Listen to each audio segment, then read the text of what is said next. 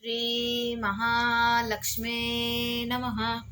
श्री लक्ष्मी व्रत कथा. द्वापार युगातील गोष्ट. त्या काळी सौराष्ट्र देशामध्ये भद्रश्रवा नावाचा राजा राज्य करीत होता. तो मोठा विद्वान व वेदांत जाणणारा होता. त्याच्या राणीचे नाव सूरजचंद्रिका असे होते. त्यांना 7 पुत्र व शांबाला नावाची एक कन्या होती. राजकन्या एके दिवशी आपल्या मैत्रिणीसह नगराबाहेरील उद्यानात विहार करीत असताना राजवाड्यामध्ये एक चमत्कारिक गोष्ट घडून आली. त्या दिवशी लक्ष्मीच्या मनात आले की आपण राजवाड्यात जाऊन सूरजचंद्रिका राणीस प्रजेच्या कल्याणासाठी लक्ष्मी व्रताची आठवण करून द्यावी. त्यामुळे माझे वास्तव्य राजवाड्यात राहून राजाकडून प्रजेचे कल्याण होईल. अन्यथा मी सामान्य माणसाकडे वास केल्यास फक्त एकट्याचा फायदा होईल. म्हणून जनकल्याणार्थ राजवाड्यात राहणे बरे असा विचार करून लक्ष्मीने एका वृद्ध स्त्रीचे रूप घेतले व काठी टेकीत ती राजवाड्याच्या मुख्य दरवाजापाशी आली. तेव्हा तेथील द्वारपालाने लक्ष्मीला विचारले, आपणास कोणास भेटावयाचे आहे?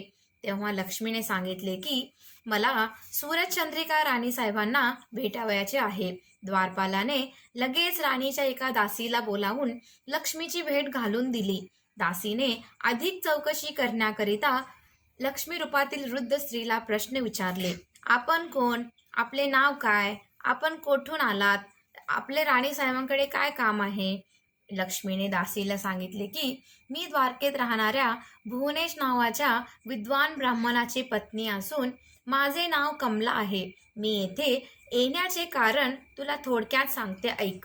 तुमची सूरजचंद्रिका राणी मागच्या जन्मी एका वैश्याची पत्नी होती. तो वैश्य दरिद्री होता. त्यामुळे नवरा बायकोचे वारंवार तंटे होत असत.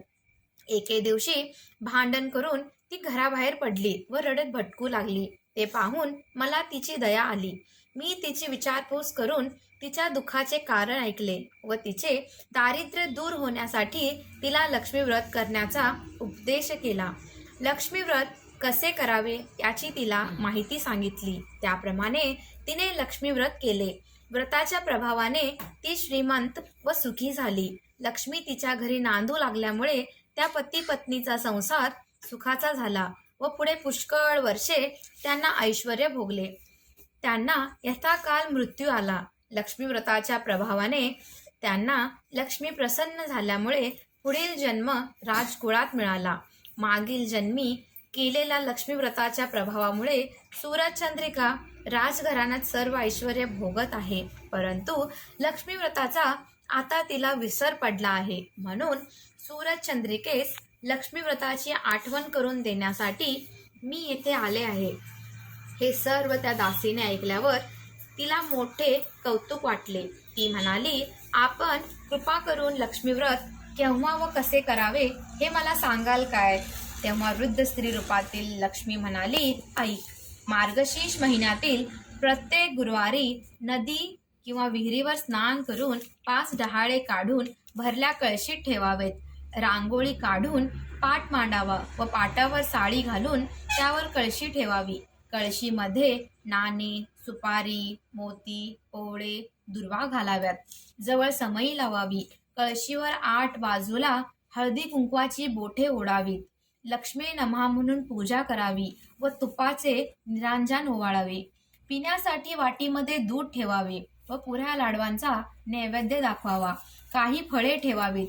पैसा, सुपारी, दक्षिणा, विडा ठेवावा आणि आई लक्ष्मी अशीच येत जा, मुलाबाळांना सुखी ठेव, मला सौभाग्य दे, तुझी पूजा करून घे, सोन्या चांदीचा प्रकाश पडू दे, दूध दुभत्याची लैलूट होऊ दे, माझा नमस्कार तुला पोहोचू दे, तुझा आशीर्वाद मला मिळू दे, भरली घागर घरात राहू दे, तेल तुपाचा दिवा तुला दिसू दे, माझे बोल तू ऐकावे, तुझे बोल मी मानावे, हीच प्रार्थना. अशी मनोभावे प्रार्थना करावी. सायंकाळी गायीची पूजा करावी. तिला पुरणवरणाचा नैवेद्य दाखवावा आणि आपण व्रतस्थ राहावे. रात्री जागर करावा. उन्हे दुने बोलू नये. सकाळी कळशीतील पाणी नदी किंवा विहिरीत सोडावे. 5 डहाळे 5 ठिकाणी टाकावेत आणि ज्या ठिकाणी पूजा केली असेल त्या ठिकाणी हळदी कुंकू व्हावे. अशा तऱ्हेने मार्गशीर्ष महिन्यातील हे व्रत 4 गुरुवारी करावे व आपल्या ऐपतीप्रमाणे दान धर्म करावा. हे सर्व लक्षात घेऊन व्रत कर, तुझे कल्याण होईल. व तुला कोणी भक्तीने विचारल्यास या व्रताची माहिती सांग, अभक्तीने विचारल्यास या व्रताची माहिती सांगू नकोस. दासीने हे सर्व मन लावून ऐकून घेतले व नंतर त्या वृद्ध स्त्रीला म्हणाली, आजीबाई, मी तुमचा बराच वेळ घेऊन तुम्हाला थांबविले, याबद्दल मला क्षमा करा. आत जाऊन राणी साहेबांना तुम्ही आल्याचे सांगते. त्याप्रमाणे दासीने राणी वंशात जाऊन एक वृद्ध ब्राह्मण स्त्री भेटावयास आल्याचे राणीला सांगितले. सूरजचंद्रिका राणीला वैभवाचा मोठा गर्व झाला होता, त्यामुळे तिला दासीचा निरोप आवडला नाही, उलट राग आला. राणी उद्दाम झाली होती. ती रागाने बाहेर आली व त्या वृद्ध स्त्रीला म्हणाली, काय ग थेरडे, तू कशाला आलीस येथे? कुणी सोडले तुला इथवर? जर चालती हो इथून.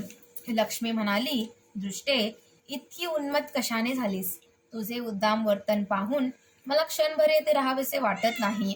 आजचा दिवस लक्ष्मीचा असता तू माझी अवहेलना केलीस, त्याचे फळ तुला लवकरच मिळेल. असे म्हणून लक्ष्मी तेथून चालूही लागली. लक्ष्मी राजवाड्यातून रागाने बाहेर पडत असताना वाटेत श्यामबलेच्या दृष्टीस पडली. तेव्हा श्यामबलेने तिची आस्थेने विचारपूस केली.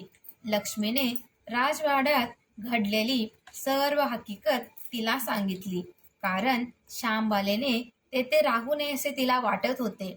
श्यामबालेने लक्ष्मीचे बोलणे शांतपणे व नम्रपणे ऐकून घेतले व त्याच दिवशी व्रतास आरंभ केला.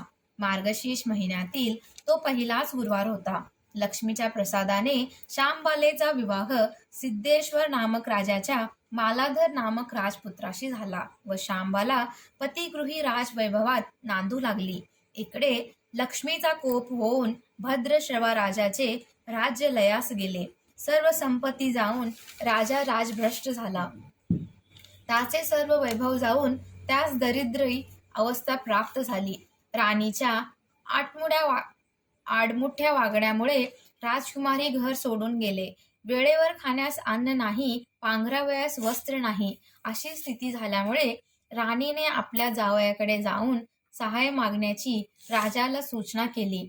राजा त्याप्रमाणे फिरत फिरत जावयाच्या राजधानीत आला व नदीकाठी विश्रांती घेत असता त्याला श्यामबालेच्या दासीने पाहिले व राजवाड्यात जाऊन श्यामबालेच्या कानावर घातले. ते ऐकून श्यामबालेने आपल्या वडिलांना वस्त्रे, भूषण व घोडा पाठवून मोठ्या आदराने बोलावून घेतले.